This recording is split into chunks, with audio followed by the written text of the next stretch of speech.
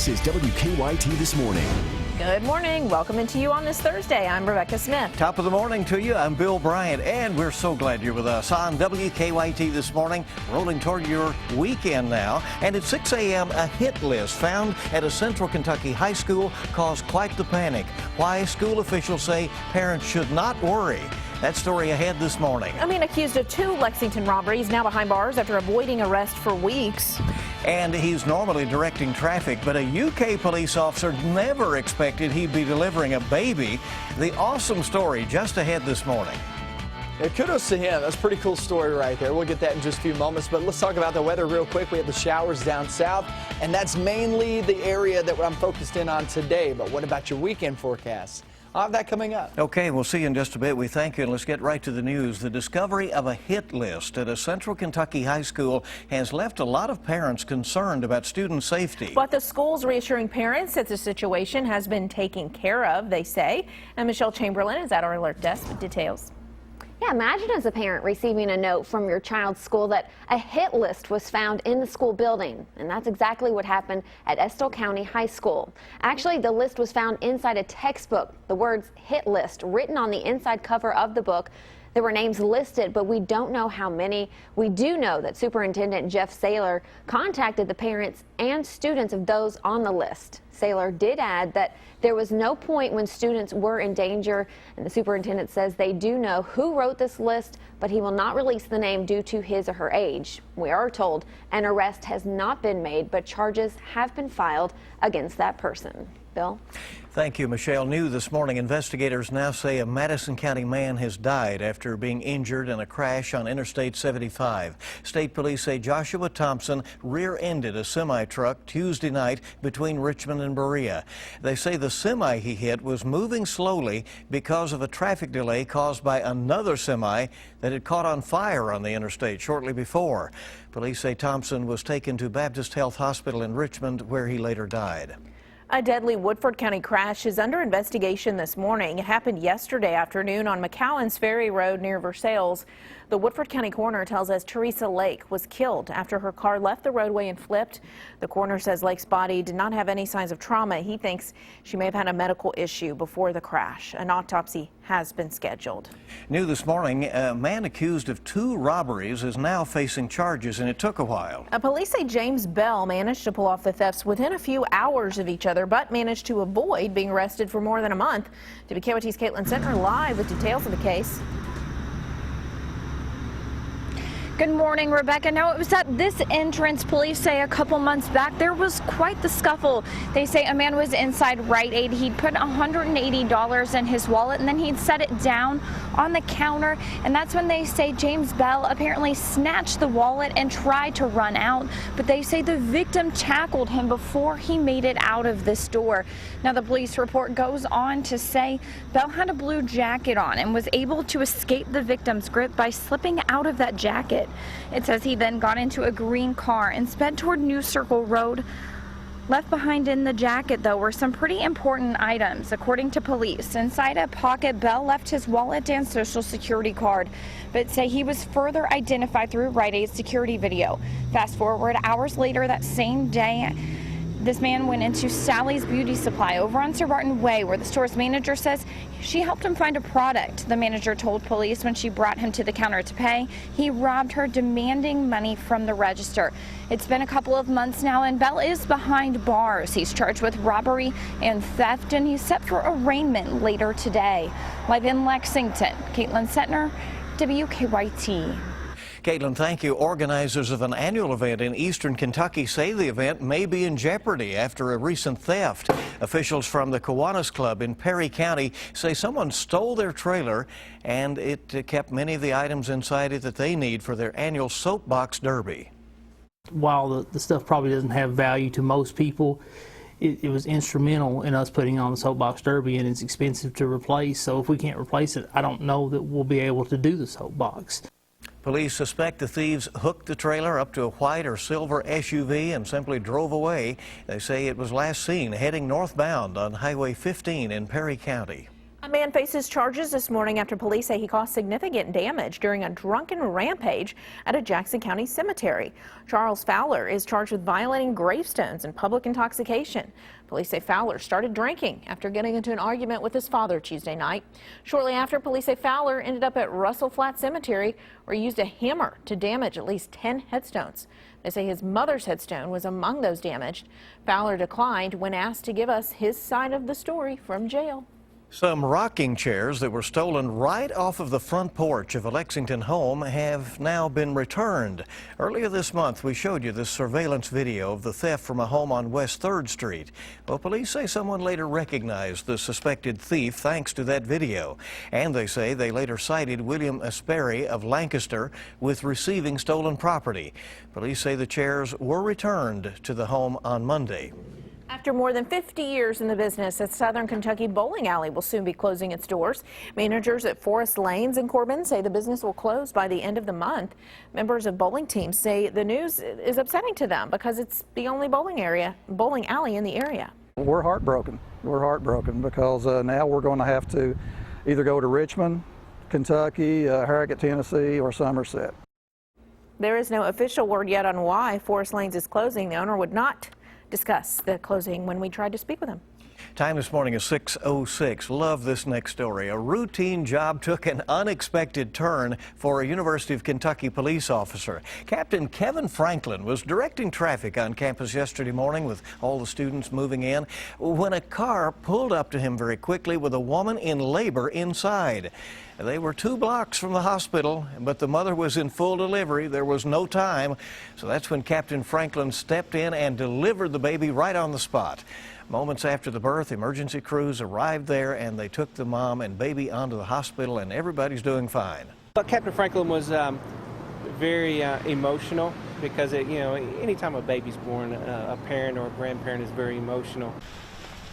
And by the way, this is not the first time that Captain Franklin, who is also a registered nurse, has helped deliver a baby.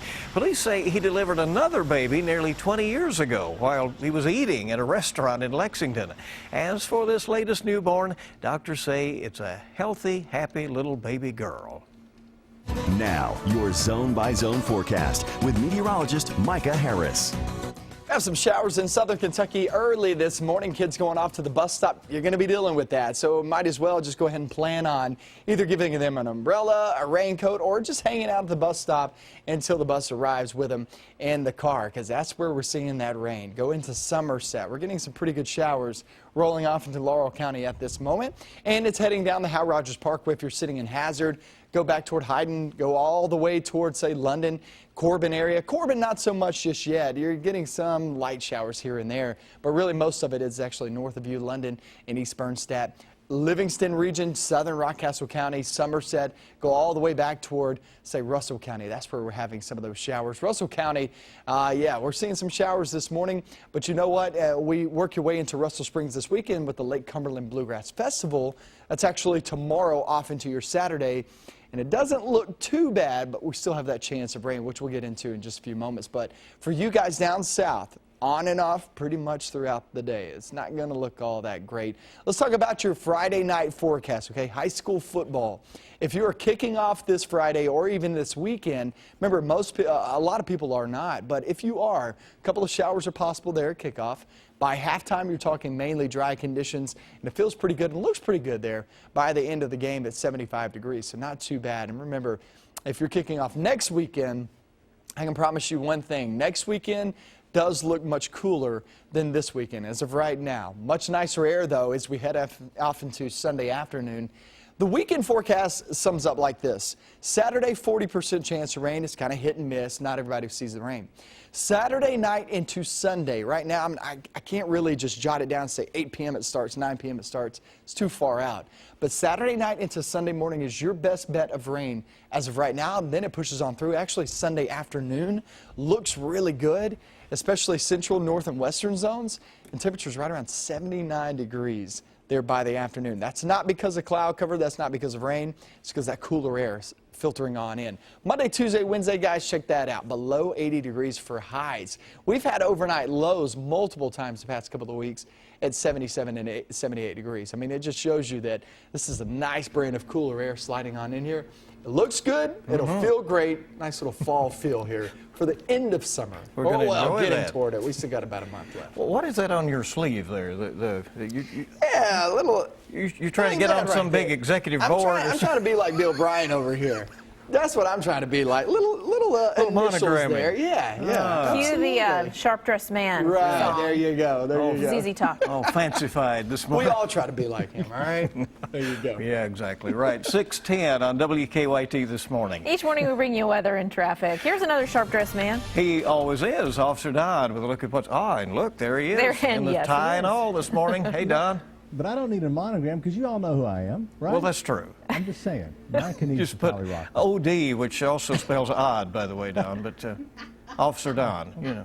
I don't think. Anyway, no wrecks right now, Bill. Traffic looks good on the inner and outer loops of the circle. Let's get a look outside. We'll show you what's happening as you plan to head out the door this morning. So far, traffic flow is moving okay on Nicholasville Road. No problems on Harrodsburg Road through the crossover. Of course, the construction zones, we're going to see delays again, like in the Hamburg area, for instance, on the inner and outer loops of Manowar around Sir Barton. There's a live look at Richmond and Manowar, courtesy of the Lexington and Fayette Urban County government, and no issues there through the intersections so far. And of course, we're going to keep you up to date throughout the morning.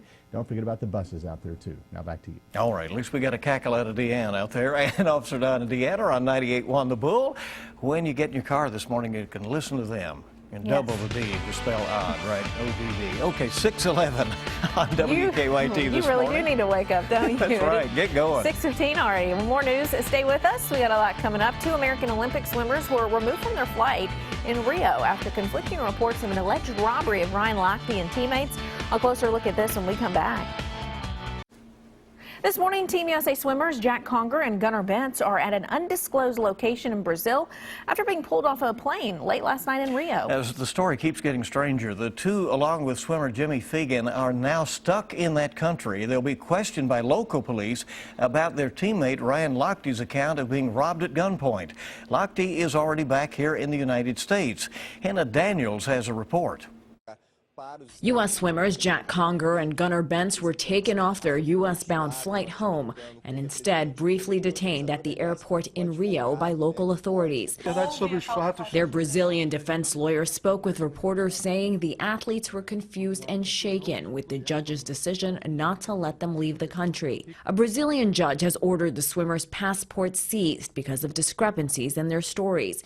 And now even more questions over Lochte's first account of the robbery Sunday night. They pulled us over, they pulled out their guns, they told the other swimmers to get down on the ground, and then the guy pulled out his gun, he cocked it, put it to my forehead, he said get down, and I was like, I put my hands up, I was like, whatever. New surveillance video obtained by DailyMail.com apparently showed Ryan Lochte, Jimmy Fagan, Conger, and Bentz returning to the Olympic Village around 7 a.m. Sunday morning after a night of partying. They appear to still have their belongings on them, and investigators say the men don't seem distraught and are seen joking with each other. Lochte is back in the U.S. His version of the robbery changed again last night. He reportedly told NBC there were 2 gunmen and that the gun was just pointed in his direction. He also said their taxi was not pulled over, but was at a gas station. Lochte's attorney says Brazilian officials are just trying to deflect criticism of problems at the Rio Games. Hannah Daniels, CBS News. The 3 remaining swimmers will be questioned by police today. They are not allowed to leave Brazil until providing testimony to investigators. Fire crews in California's San Bernardino County is still working to keep a massive wildfire from spreading. The so-called Blue Cut Fire has already burned more than 30,000 acres in 24 hours. More than 82,000 people have been forced to evacuate. Donald Trump is back on the campaign trail with new leadership in charge. Yesterday, the Republican nominee named Steve Bannon of Breitbart News as chief executive of his campaign and Kellyanne Conway as campaign manager. Despite the changes, rival Hillary Clinton says Trump is still the same man who insults Gold Star families and others. There has been a backlash after firefighters in New York were ordered to remove American flags from 3 of their fire trucks. Members of the Board of Fire Commissioners ordered the removal. The decision quickly caused a stir on social media as many criticized the decision. Residents have now started an online petition, but the Fire District Board Chairman James Beretta says it was not a political decision. He claims that the flags were a safety hazard. Safety concerns for our members, for our firefighters getting on and off the rigs. I mean, they are going out to emergency situations. They need to get, upstairs. There's rails, there's compartments, that sort of thing.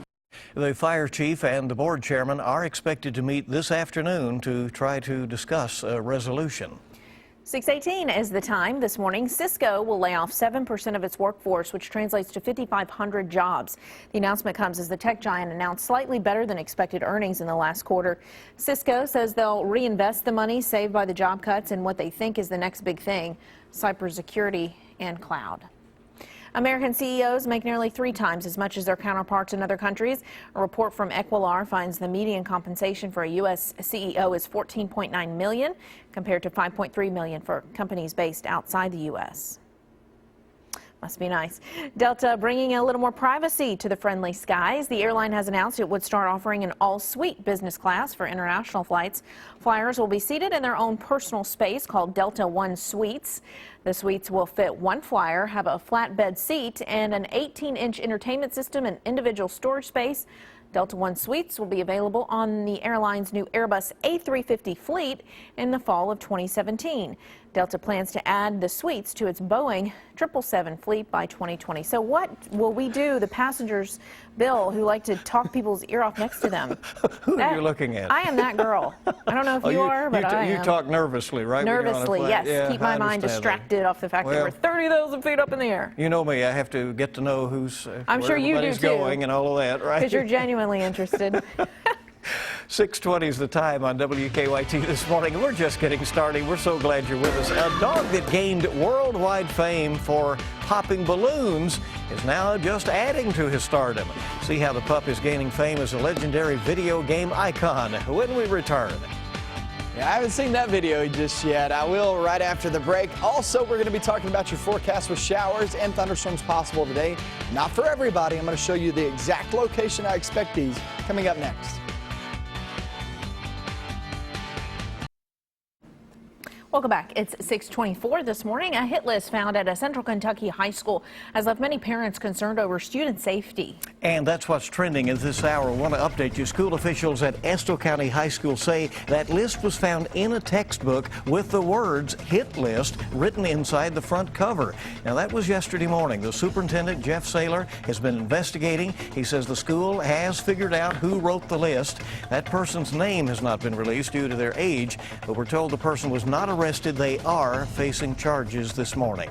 Another day in which we'll be seeing those occasional showers. We have improvements on the way. Here's Micah. Yeah, and the big improvements come early next week. And really, actually, now that I'm looking at it, it's actually late Sunday off into early next week. So things aren't looking all that bad. But today, tomorrow, most of us stay dry today and tomorrow, but we can't rule out a few showers here and there. All looks well across our viewing area, except for some patchy fog. Got to be watching out for that. Nothing really extremely thick unless you're in the valley regions. You know how that goes, eastern Kentucky. But down south, that's where we're having a few showers still left over from yesterday. As that front is still trying to push on through, but now it's just kind of fading away, and that'll give us some showers down south. That's the best opportunity to pick up some rain today. Cumberland Parkway, Hal Rogers Parkway, southbound. That's your best bet. Not your only chance, but your best chance, okay? You get up toward 64 corridor, Mountain Parkway, that's more like 20% chance of rain. So today, some see the rain, some do not. Most of us stay dry, and most of this rain should stay southbound, guys. Okay, thank you very much. And now you want to re-meet somebody that we met a little while before. Oh, okay, re-meet. I've never heard of that. Interesting. We reintroduced. A Jack Russell Terrier recently gained internet fame after a hilarious video showed him breaking the world record for balloon popping, while the adorable dog is back with another viral sensation. Yeah, here we go. Meet Twinkie. Turns out his balloon popping skills were just training for his new role as Pac-Man. A newly launched web series stars the pooch dressed as gaming's most famous yellow fella as he scurries around a real-life Pac-Man maze. He chomps away at the balloons while trying to evade those famous pixelated ghosts. The Puppy Pac-Man series is just the latest edition of Twinkie's internet fame. So he's made it now. Good for him. Just figured you might remember Twinkie when we showed that a couple months back. Now that I saw the video, I do remember. He's a cute little dog. Well, the time now is 6:26 when we return. A school bus driver in Louisville is in jeopardy of losing his job after a kindergartner was left on the bus. Details at 6:30. All of our top stories are coming up shortly. Tomorrow's Mega Millions jackpot, $61 million, and Saturday's Powerball is $110 million. Keep it right here. We'll be right back on WKYT.